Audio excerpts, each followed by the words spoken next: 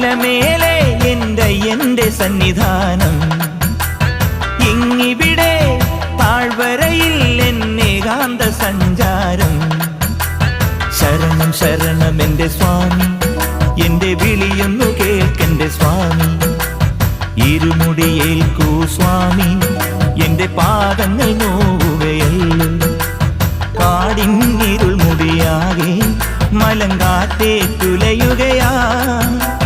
കാട്ടാനകളുടെ മേട്ടി കരിമ്പുലിയുടെ മൂളൽ കേട്ടു.